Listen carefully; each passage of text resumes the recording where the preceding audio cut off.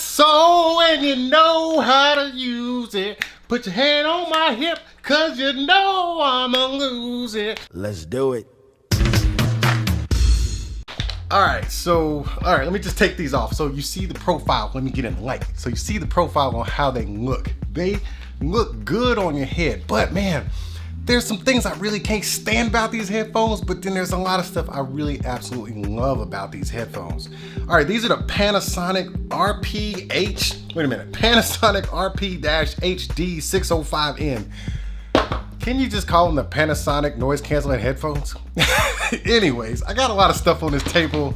Let me clean up a little bit. Okay, throw that to the side. Let me throw that box down, put the drone over there. Okay, so let's get the headphones right here. But first, let's do a mock unboxing. Okay, so we have this little tab here that shows you how to lay your headphones out when you're done with them, which I really like because I will never remember. Okay, it goes this way. Okay, yeah, just like that. Let's take that out of there. Just like that.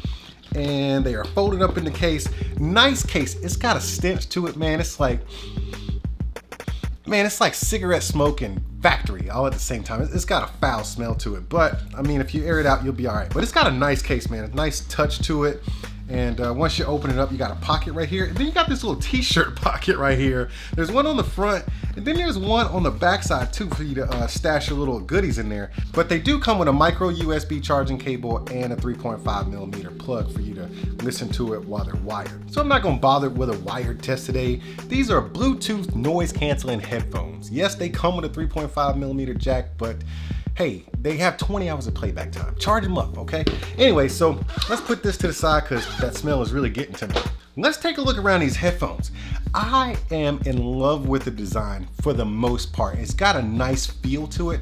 This is just straight up plastic. It doesn't have a soft touch or anything to it, but the ear cups are super comfortable. Your ears actually slide right up in there. Let me see, yeah, they do swivel out. So your ears actually slide right up in there and it's a nice, comfortable plush fit.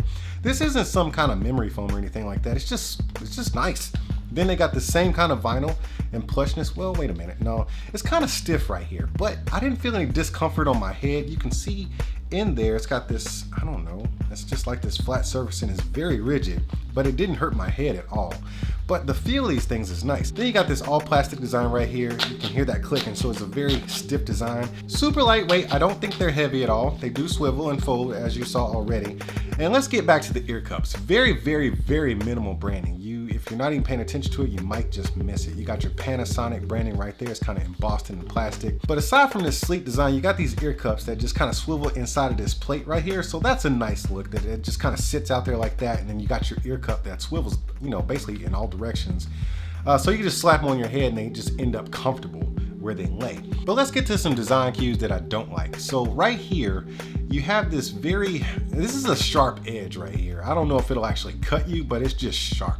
So as we move further into the ear cup, you see you got all your buttons right here. This is all the functionality you're getting out of these things. There's no dedicated app or anything like that.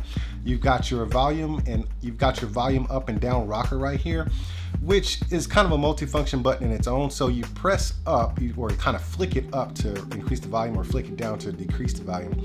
But if you press it in, you play in pause. I think I just played, yeah, I did. Okay, so if you press it in, you play in pause. But if you click it, if you push it in 2 times, you skip your tracks forward, and 3 times quickly, it'll skip the track backwards. I can't get that to perform 100% every time, so that's my only downfall with that. Maybe they just should have put another slider there, I don't know. Then you got your noise canceling button. Now these right here, these buttons right here, your noise canceling and your power button, these are very hard to find when these things are on your head. You just miss them. I mean, they have these little bump ups right here, but it's really hard to distinguish which one is which and all that jazz. But you got 3 levels of noise canceling. Now, to my experience, level 3 is pretty good. It's pretty good. For a $250 headphone, I don't think it's good enough. I think it's good enough for a $200 or sub $200 headphone at level 3. Level 2 is a little bit weaker, and level 1 is a little bit weaker than that. But with the 3 different noise canceling modes, it seems like it kind of focuses on blocking out 3 different types of noise. So you get everything blocked out, or as much as possible blocked out. with the level 3, and then on level 2 it seems to focus more on like the outside sounds, like wind and engine roars and stuff like that, and just, you know, low tone noise, whereas volume 1 creates a different type of white noise which blocks out more voice. I don't know, it was just kind of a weird 3-stage noise canceling effect that it has. But at level 3 it does a very decent job, but I just don't think it does a good enough job for $250. You can also turn it all the way off if you want to, just by holding the button, and it'll just tell you, it gives you a voice prompt for everything. And then it does pack the feature of the ambient sound where you put your right hand over your ear cup, hold it for a second or so, and then it'll kind of tone down the music and then pump in some ambient sound. That way you can hear what's going on around you for a brief second or two. Once you release your hand, everything goes back to normal. Now, before I forget, you can activate Google Assistant, Siri, Bixby, or whatever assistant you're using on your phone just by holding in the multifunction button for 3 seconds. Then you can talk to it. Sound quality is about average for, you know, a Bluetooth headset. They're usually not that great. You just get what you get, right? And this is right on par with the rest of those. But as far as interfacing with these things, that's pretty much all you get. You got your micro USB in right there, then you got your 3.5 once again, and then you slap these bad boys on your head. Yeah. And then you feel some comfort. Now the clamping force is kind of tight, so you might have to loosen them up a little bit. For me, it's kind of tight. I'm feeling some cabin pressure here, but not too much, not enough to make me want to take them off in a hurry or, you know, take them back to the store, nothing like that. But they are pretty comfortable. You just kind of need to open them up a little bit. Now, for the most important part when you buy headphones, how do these things sound? Well, I'm excited and I'm disappointed all at the same time.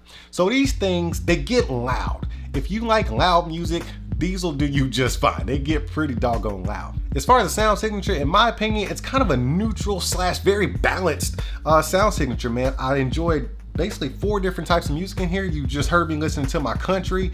It makes everything sound so clean. It's a very clean sound, very clean.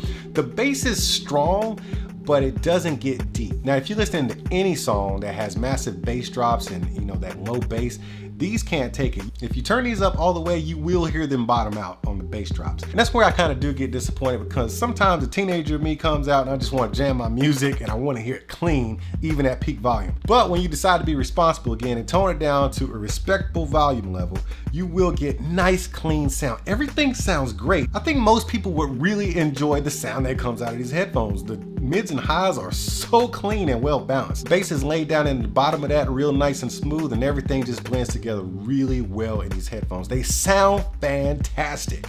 But for $250, I'm not sure if this is a good buy. Now trust me, the noise canceling is really good. You're getting about $200 worth of noise canceling out of here. You're getting sound that's much better than the Sony 700Ns, probably somewhere in the middle of the XM3s and the Here-Ons. But as far as like the features you get and stuff like that, it's just, I can't say spend $250 on these things. But then you got the XM2s that are out there at a discounted price, and then you got the Edifier W860MBs.